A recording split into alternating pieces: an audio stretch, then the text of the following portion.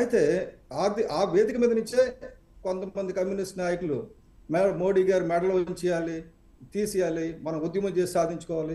సరే, ఒక్కటి గుర్తుపెట్టుకోండి, మనం పార్లమెంట్కి నిర్ణయాలకి అనుగుణంగా నడాలి.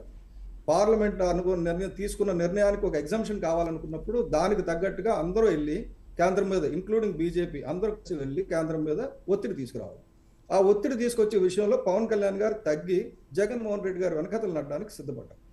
అప్పుడు వైసీపీ నాయకులు ఏమన్నారండి, పవన్ కళ్యాణ్ గారికి మోడీ గారితో ఫోటో దొరకదు, కాబట్టి ఫోటో దిగుదామని సరదా పడుతున్నాడు, మేము ఆ ఛాన్స్ ఆయనకి ఇవ్వం, మేము వెళ్ళి మేము చేస్తాం, మీకైతే మీరు చూసుకోండి అని. అంటే విభజించి పాలించు అన్నారు చూసారా, ఇలాగ డివైడ్ చేసి ఈ ప్లాంట్ని తాకట్టు పెట్టేద్దాం, అమ్మేద్దాం అనే ఉద్దేశంతో ఉన్నారు. ఎవరున్నారండి? ఎవరున్నారు? పవన్ కళ్యాణ్ గారికి ఎవరున్నారు? సత్య గారు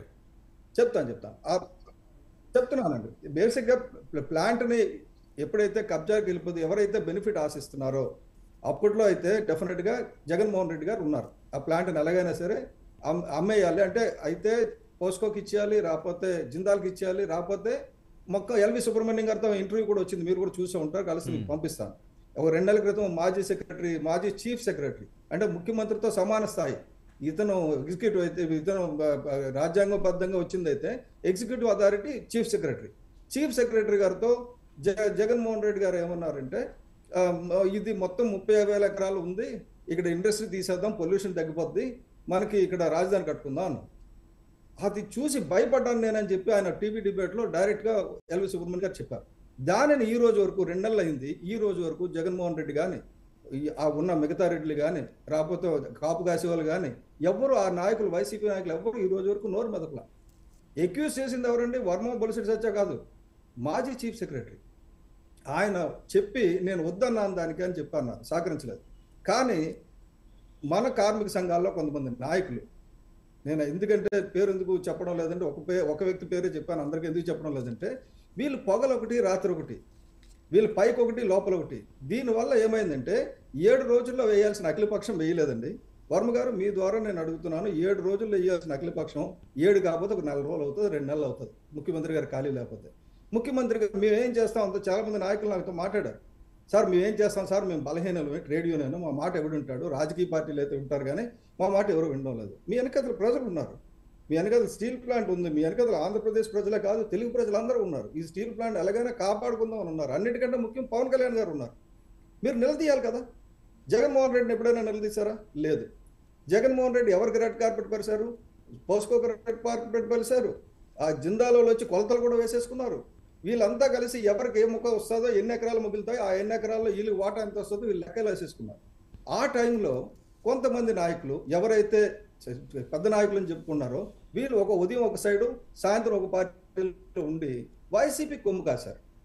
వైసీపీ కేంద్రానికి ఎవరిని పట్టుకెళ్లకుండా ఇక్కడ మాత్రం రోడ్ల మీద ధర్నాలు, భారీగా ఖర్చు పెట్టడాలు ఇవన్నీ చేశారు. ఢిల్లీకి వెళ్ళి మాట్లాడదామని పవన్ కళ్యాణ్ గారు చెప్పింది పడచెవును పెట్టారు.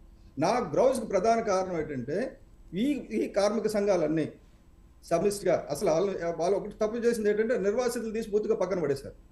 ఎప్పుడు కూడా ఒకటి గుర్తుపెట్టుకోండి వర్మ గారు, రైట్ అనేది నిర్వాసితులు. ఎందుకంటే వాళ్ళ భూమిని ఎక్వైర్ చేసేటప్పుడు ఇక్కడ గవర్నమెంట్ ప్లాంట్ పెడతామని ఎక్వైర్ చేస్తాం, పెట్టినప్పుడు ఈ ప్లాంట్ని ప్రైవేటైజ్ చేయడానికి కుదరదు అని చెప్పి నిర్వాసితులు కోర్టుకు వెళ్ళొచ్చు, గొడవ పెట్టచ్చు. ఆ హక్కు వాళ్ళకు ఉంది, ఎందుకంటే సెటిల్ చేయలేదు మనం.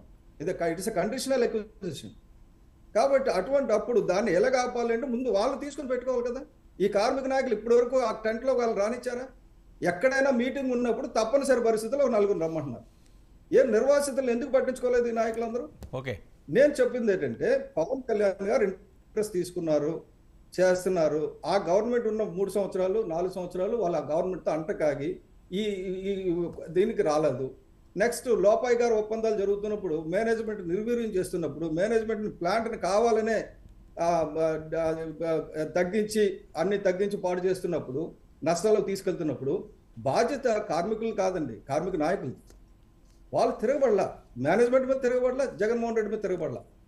ఇప్పుడు వచ్చి నా మీద తిరగబడడానికి వచ్చారు. సంతోషం. నేను ఎందుకు చెప్పానంటే, వివాదాస్పద వ్యాఖ్యలు చేయడం ప్రధాన కారణం ఏంటంటే, ఇప్పటికైనా వాళ్ళకి తెలివి వస్తుంది, సెన్సిటివిటీ కొద్దిగా ఉందో లేదో, స్ప్రో ఉందో లేదో చెప్దామన్నా. ఎందుకు 1000 రోజుల పాటు ఆ పవన్ కళ్యాణ్ గారు వచ్చిన తర్వాత 1000 రోజుల పాటు అఖిలపక్షం ఇవ్వమని జగన్మోహన్ రెడ్డిని నిలదీయకపోవడానికి కారణాలు ఏంటి చెప్పాలి. నెంబర్ 1. నెంబర్ 2 అయిపోయింది, 1000 రోజులు అయిపోయింది. ఇప్పుడు మన గవర్నమెంట్, మన ప్రభుత్వం వచ్చింది. మన ప్రభుత్వం వచ్చిన తర్వాతైనా అందరూ కలిసి వెళ్ళి, సార్ మనకు ఓకే ఒక నెల రోజులు ఇది ఉంది, కానీ ఒక్కటండి, ఈ రోజు నిన్న చంద్రబాబు నాయుడు గారు చాలా క్లియర్గా గతంలో బిఏఎఫ్ఆర్కి ఇచ్చిన ప్లాంట్ని మళ్ళీ నేను కాపాడినప్పుడు వాజ్పేయి గారు ఉన్న టైంలో మళ్ళీ నేను ఈ ప్లాంట్ని కాపాడడానికి కమిటెడ్గా ఉన్నాను, ప్లాంట్ని కాపాడుతాను, అవసరమైన నిధులు తీసుకోవడానికి నేను ఆల్రెడీ అంటే కాపాడుతాను అంటే ఇక్కడ రెండు అంశాలు అండి. ఒకటి సత్య గారు మీరే మాట్లాడేది, కానీ కాపాడడం అంటే ఏంటి? ప్రైవేట్ పరం చేస్తే కాపాడినట్టే కదా, ప్లాంట్ని కాపాడడం కాదు కదండి. ఇక్కడ ప్రైవేట్ పరం కాకుండా కాపాడు. అందుగురించి నేను చెప్పేది ఆయన ఏమన్నారంటే ప్రైవేట్ పరంగా కాకుండా నేను కాపాడుతాను, ఇది ప్రైవేట్ పరం కాదు. కానీ మనం ప్రతిసారి సెంటిమెంట్ అంటే కుదరదు, ఇక్కడి నుంచి దాన్ని లాభాల బాటలో పరిగెట్టించాలి, దానికి మేనేజ్మెంట్ ని మారుస్తాను, సమర్థమైన మేనేజ్మెంట్ తెచ్చుకుందాం, కార్మికుల్ని బలోపేతం చేద్దాం, మన లాభాల బాటలో పరిగెట్టిస్తాను, తర్వాత మళ్ళీ నష్టపోయింది మళ్ళీ డబ్బులు ఇమ్మంటే కుదరదు అని చెప్పారు. అంటే ఇప్పుడు గట్టెక్కడానికి చంద్రబాబు నాయుడు గారు పూర్తిగా ప్రైవేట్ పరం కాకుండా ఆపడానికి ఏంటి మేనేజ్మెంట్ మార్చడం అంటే ఏంటి సత్య గారు? మేనేజ్మెంట్ మార్చడం అంటే బేసిక్ మేనేజ్మెంట్ అంటే ఏంటంటే మేనేజ్మెంట్ ఆ ప్లాంట్ పరిరక్షణ దాని ఊపిరిగా ఉండాలి. అంతేగాని పొలిటికల్ అపాయింట్మెంట్ అయ్యేసరికి మీరు చూడండి, మనం డిస్ఇన్వెస్ట్మెంట్కి వెళ్దాం అనుకుంటే సెంట్రల్ పాలసీ, వాళ్ళు డిస్ఇన్వెస్ట్మెంట్ కింద పరిగెడతారు. అంటే కాదు ఈ మేనేజ్మెంట్ అంటే ఇప్పుడు మేనేజ్మెంట్ ఎవరు స్టీల్ ప్లాంట్కి? కేంద్రం నుంచి అపాయింట్ చేసిన సిఎండి వస్తారండి. ప్రాబ్లం ఎక్కడ వస్తుంది అంటే అదే కాదు, ఒకటి చెప్పింది, ఇది పబ్లిక్ సెక్టర్ అండర్టేకింగ్ ఏమవుతుందంటే though it is autonomous body అన్ని చెప్పినా కూడా